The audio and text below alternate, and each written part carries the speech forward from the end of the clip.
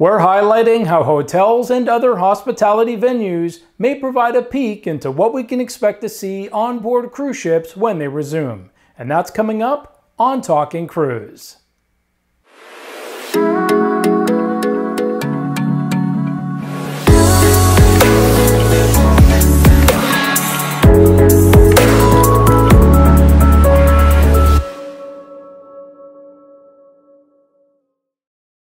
Hi, I'm Chris Cardona. I have recently returned from a 6,000-mile road trip around the U.S., overnighting in 12 locations over 2 weeks. While my summer travel plans would normally include at least 2 cruises, this year we decided on an extended road trip to break up the stay-at-home blues of the past several months. Aside from seeing some incredible places, which will be documented in future videos, I took the opportunity to examine how the hospitality industry is responding to COVID-19 as many places are beginning to reopen. In this video, I'll share my observations and make comparisons to how these land-based procedures could make their way on board your next cruise.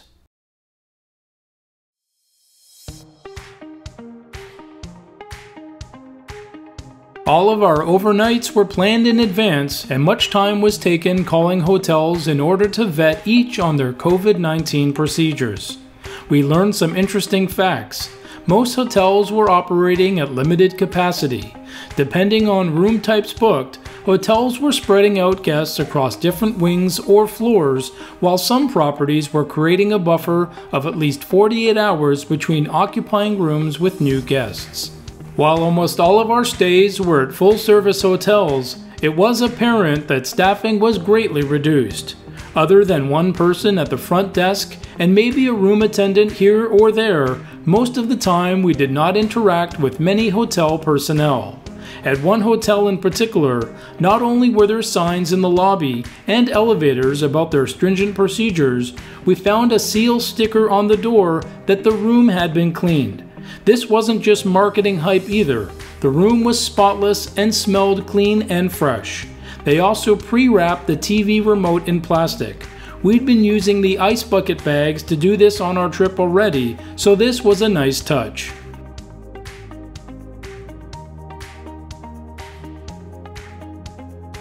For the vast majority of our stops, social distancing reminders were evident before entering hotels, restaurants, and other places. At check-in, we were typically greeted by someone wearing a mask behind a plexiglass screen. Markers were clearly visible on the ground to indicate where to form a line and stand. Elevators were restricted to 2 to 4 riders, or 1 elevator per traveling party. In fact, several elevators had their own floor markers to keep people spaced out. At one hotel, where they were completely full to capacity, the elevator rides were stressful, stopping at each floor and having to endure the stares from other guests wanting to get in.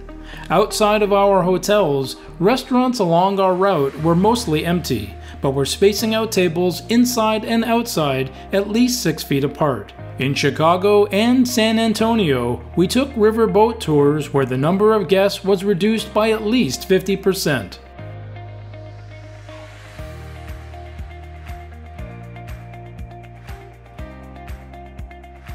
My family and I used our masks every time we got out of the car.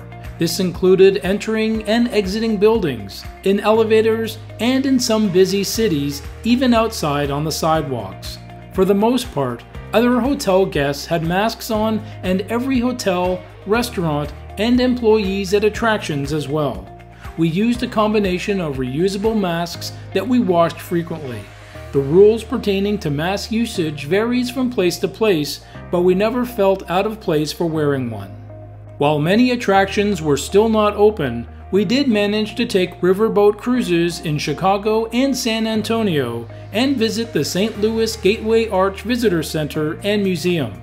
We were required to wear masks at all times on board the boats and touring the museum and any inside venues for the most part.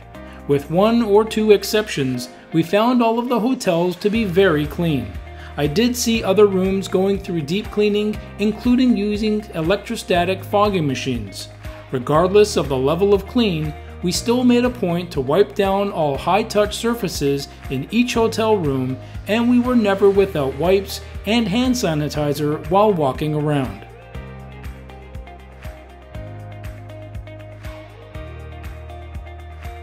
Our full-service hotels were actually extremely limited service. We knew this in advance, but to limit contact with guests, no daily room cleaning was provided. If you needed clean towels or extra toiletries, a call to the front desk would result in a bag of supplies being left at your door. Hotel employees never entered guest rooms at any point during overnight stays. We also self-parked our car, except when off-site lots made it not very convenient. At one hotel, we were pleasantly surprised to see the valet wearing a face mask and gloves disinfecting the vehicle prior to handing us the keys. While most hotel swimming pools and fitness centers were closed, at one property, guests could select the time to use the pool for a 90-minute interval, allowing keycard access during those times only. Dining within each hotel varied as well, with most offering grab-and-go items or a limited room service menu.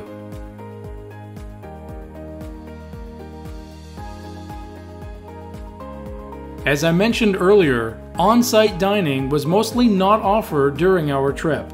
We did have one sit-down breakfast at a restaurant at a particular hotel where we noticed they were offering a buffet.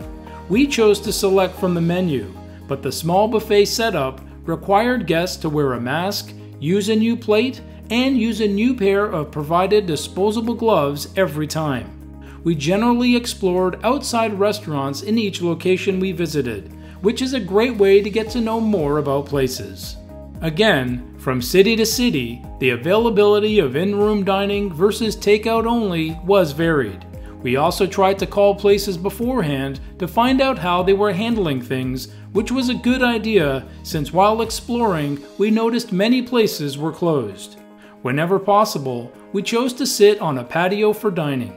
The dining experiences were definitely hit or miss, with some standouts along the way. Most places, however, we saw the same thing. Restaurants across the country are hurting. You'd think that with less tables, popular spots even in major cities would have lines, but other than one or two restaurants we visited, most were empty. One thing that was pretty consistent, however, wherever we went, was a limited selection of menu choices and a good adherence to social distancing, mask usage, and cleanliness.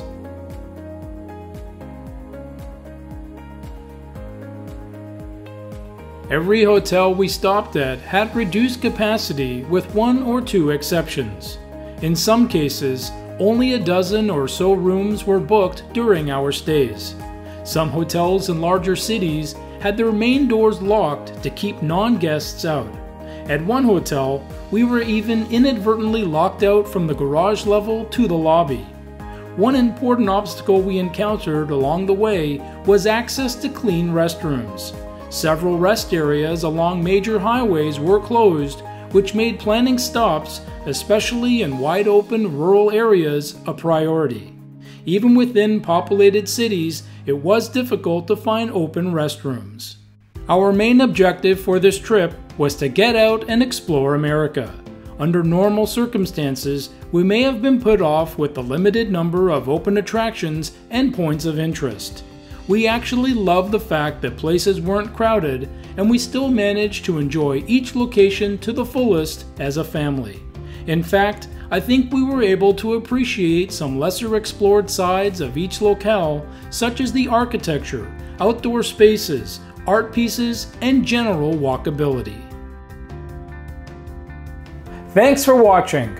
Until guests start sailing on cruises again, nobody, not even the cruise lines, really know what to expect. My experiences across the country are a good indication of the major impact the cruise industry will have going forward. Don't forget to like this video, post your comments and questions, and subscribe for more Talking Cruise.